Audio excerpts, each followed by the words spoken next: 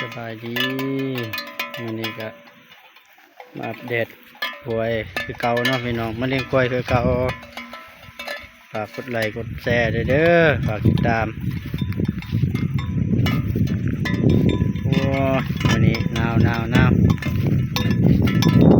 เด้อเลยยังลมพัดนี่โคตรแห้งไปเฮ้ย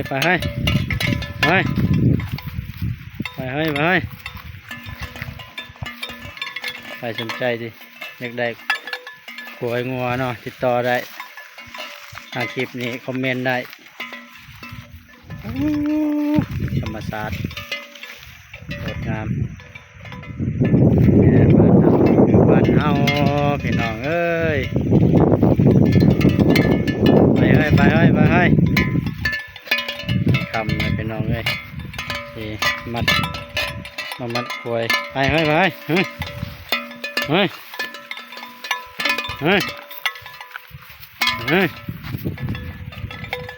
โอ้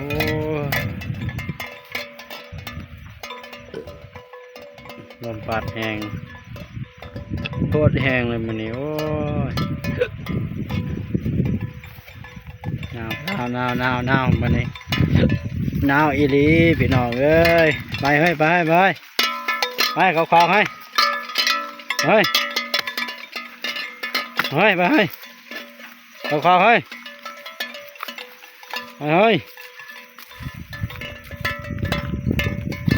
เขาคลองให้ไป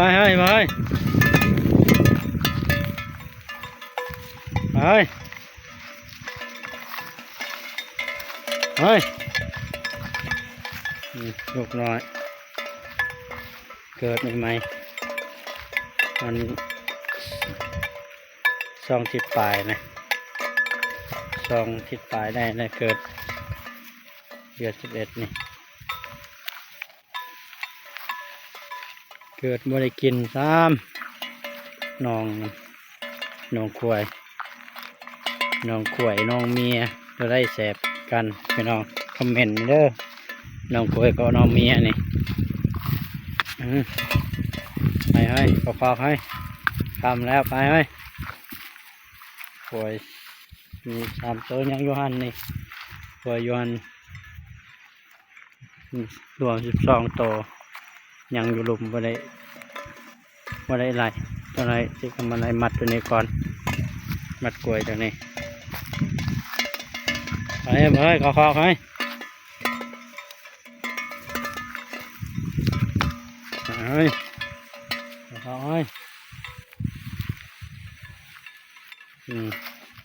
จะไปเอาอยู่หลุมนี่มาเบิ่งน้ำคันพี่น้องอัปเดตกล้วยมาเนี่ยเนาะไปเลี้ยงกล้วยคือเก่าเบาโดฝากกดไลค์กดแชร์เด้อกดติดตามฝั่งลาวฝั่งไทยต่างประเทศอเมริกาญี่ปุ่นจีนเวียดนามฝากเพิ่ง2เด้อนี่สวยไงนี่ใครอยากได้ก็มาติดต่อได้10 ล้านขึ้นไป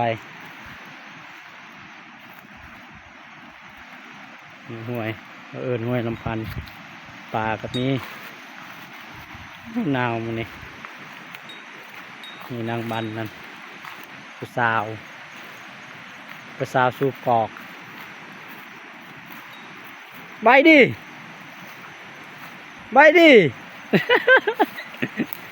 โอ้สูบกอกโอ้มันสั่งคอยว่าหญ้าจักว่าทรายยัง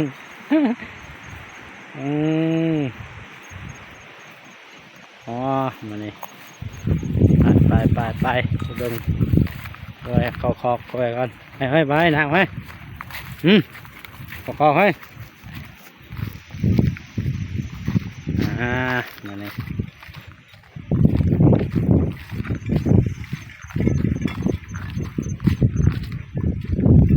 พี่น้องมา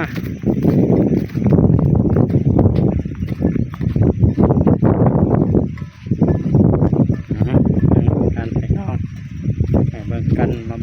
กัน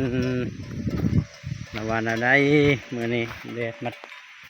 โวยทางกล้องก่อนพี่น้องทางขับกล้องก่อน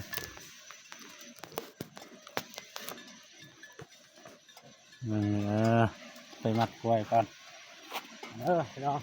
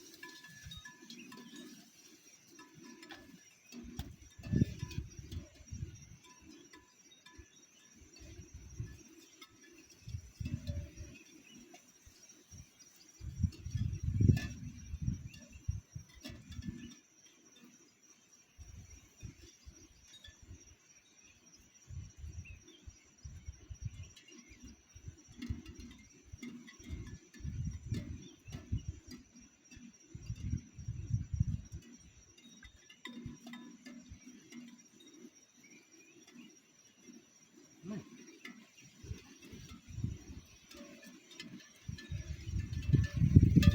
ปมาเด้อมาออกเด้อเฮ้ย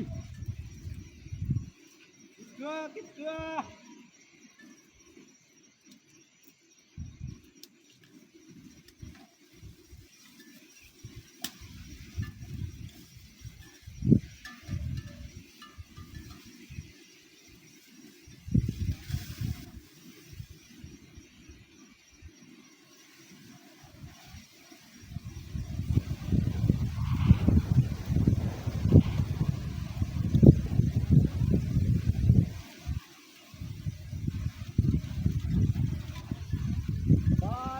สำเร็จแล้วน้องเอ้ย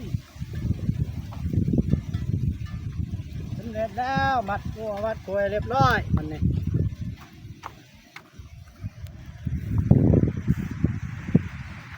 โอ้ยเถอะลมแห้งมันนี่โอ้ยลมพัดนี่โอ้ยหนาวเกินนี่สุดยอดเลยน้องเอ้ยโอ้ธรรมศาสตร์งามนาดวิวครับเมืองเศษมานี่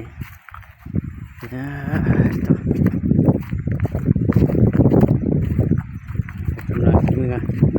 เดินทางกลับบ้านมานี่